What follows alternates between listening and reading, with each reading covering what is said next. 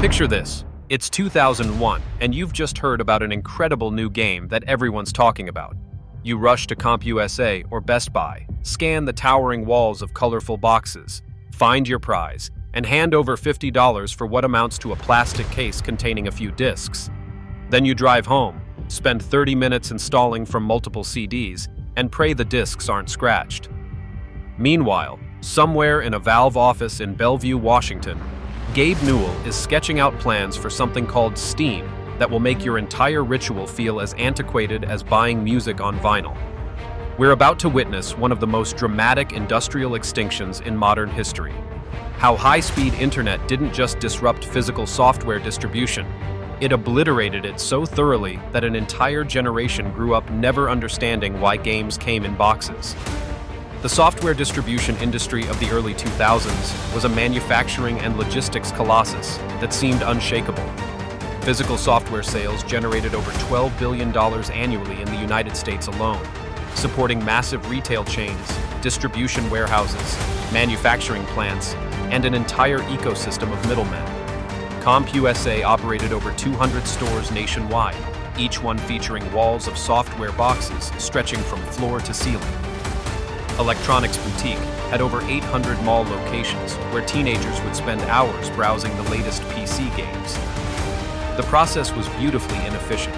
Software companies would pay millions to manufacture CDs and DVDs, design elaborate packaging with holographic security stickers, ship products to massive distribution centers run by companies like Ingram Micro, which would then redistribute to thousands of retail locations where the software would sit on shelves for months.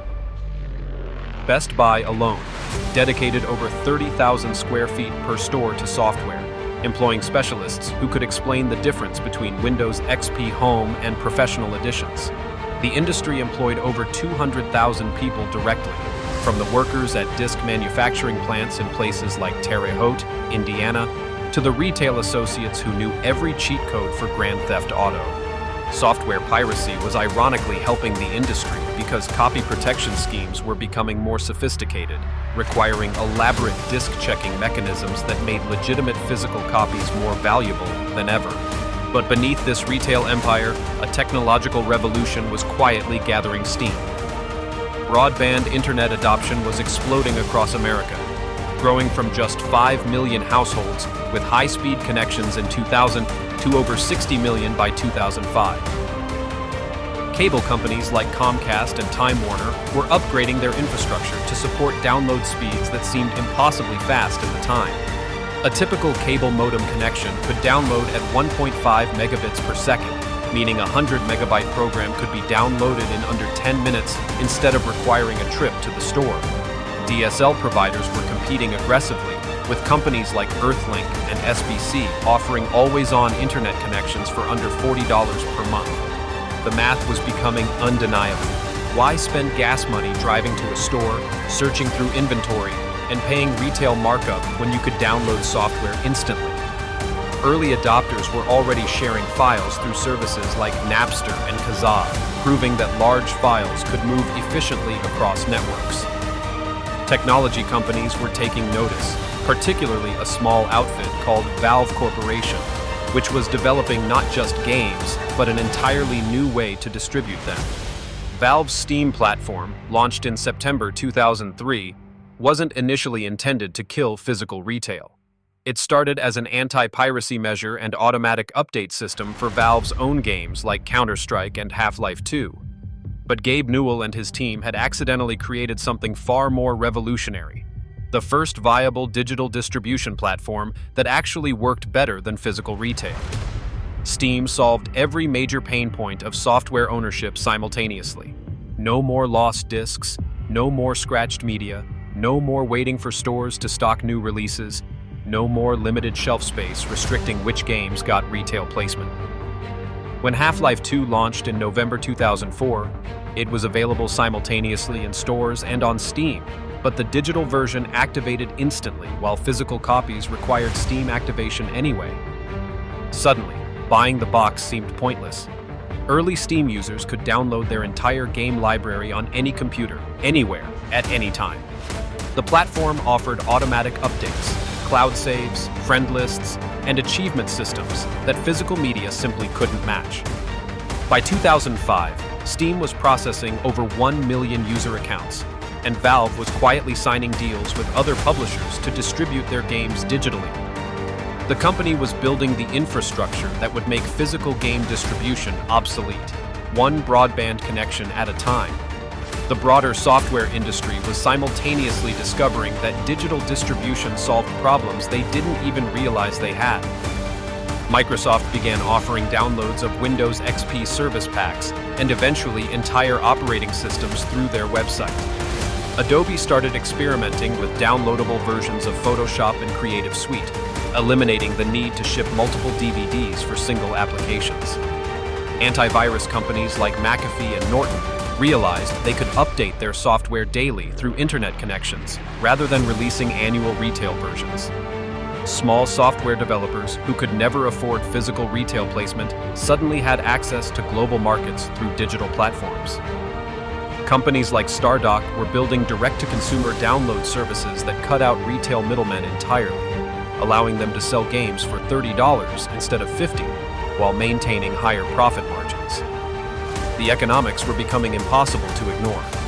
Digital distribution eliminated manufacturing costs, shipping expenses, retail markups, and return policies while providing superior customer experience. Software could be updated continuously rather than waiting for version 2.0 retail releases. File sizes were growing manageable as compression technology improved and broadband speeds increased. What started as a convenience was becoming a competitive necessity. Meanwhile, the physical software retail industry was entering a death spiral so rapid it surprised even industry insiders. CompUSA, once the dominant computer software retailer, began closing stores in 2006 and completely shut down by 2008. Circuit City, which had dedicated enormous floor space to software, filed for bankruptcy in 2008 and liquidated completely by 2009. Electronics Boutique was absorbed by GameStop, which began focusing exclusively on console games as PC software sales evaporated. Tower Records, which sold significant amounts of PC software alongside music, closed all locations by 2006. The numbers were devastating.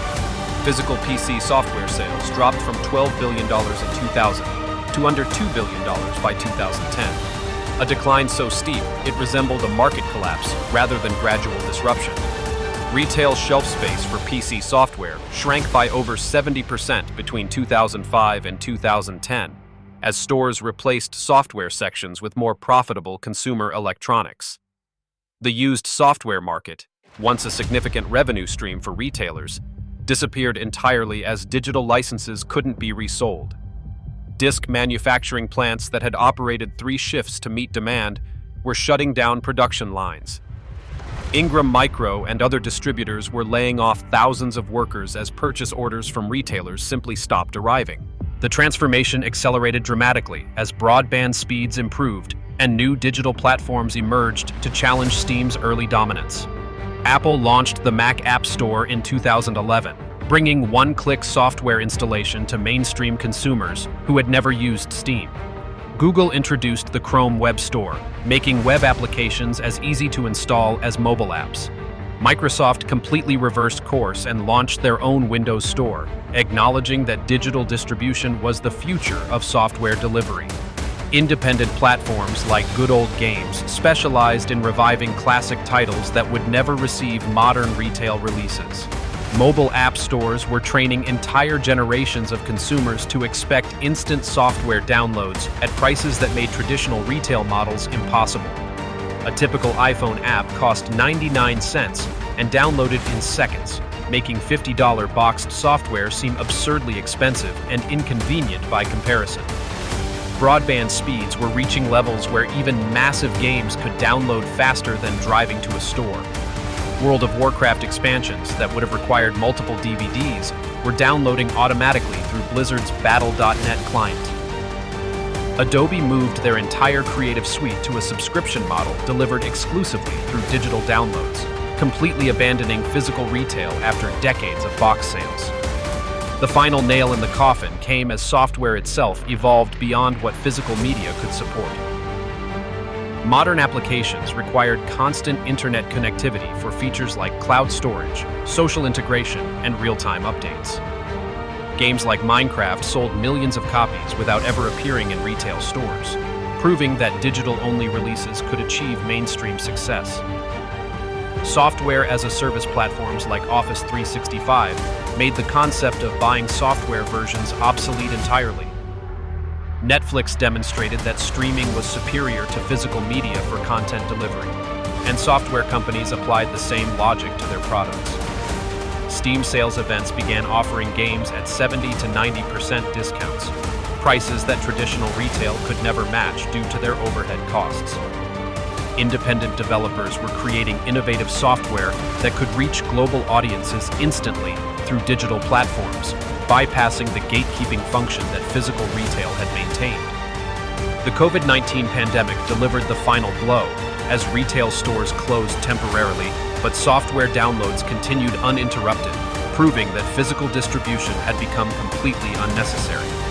Today, physical software distribution exists only in the most specialized niches, like enterprise software requiring air-gapped installations or collectors purchasing limited editions for nostalgia rather than functionality. Steam processes over $25 billion in annual sales, more than double the entire physical PC software industry at its peak. The Epic Games Store, launched in 2018, achieved over 50 million users within 2 years by offering free games weekly. Microsoft estimates that over 90% of software installations now happen through digital downloads rather than physical media. The infrastructure that once supported physical software distribution has been completely repurposed or abandoned. Former CompUSA locations house everything from gyms to restaurants, their specialized software retail fixtures long since scrapped. The manufacturing plants that once pressed millions of software CDs now produce medical supplies or automotive parts. Distribution centers have shifted to fulfilling Amazon orders rather than software shipments. Retail employees who once specialized in software sales have moved to other industries or learned to sell smartphones and tablets instead. The speed of this transformation reveals how quickly entire industries can become obsolete when superior technology reaches critical mass. Physical software distribution survived for decades, not because it was efficient, but because no alternative existed. The moment broadband internet made digital distribution viable, consumer behavior shifted so rapidly that retail infrastructure became stranded assets almost overnight. Unlike gradual disruptions that allow industries to adapt, the transition from physical to digital software distribution was an extinction event that eliminated not just companies, but entire categories of jobs and expertise. Today's software developers have never held their products in physical form, and many consumers under 25 have never bought software in a store. The colorful boxes that once lined retail walls have become collectible artifacts of a distribution system that seemed permanent, but proved to be merely temporary. In just 15 years, high-speed internet didn't just change how we buy software. It made the entire concept of buying software in physical stores feel as archaic as purchasing music on cassette tapes or renting movies from Blockbuster, proving that in the digital age, convenience and efficiency will always triumph over tradition and established infrastructure.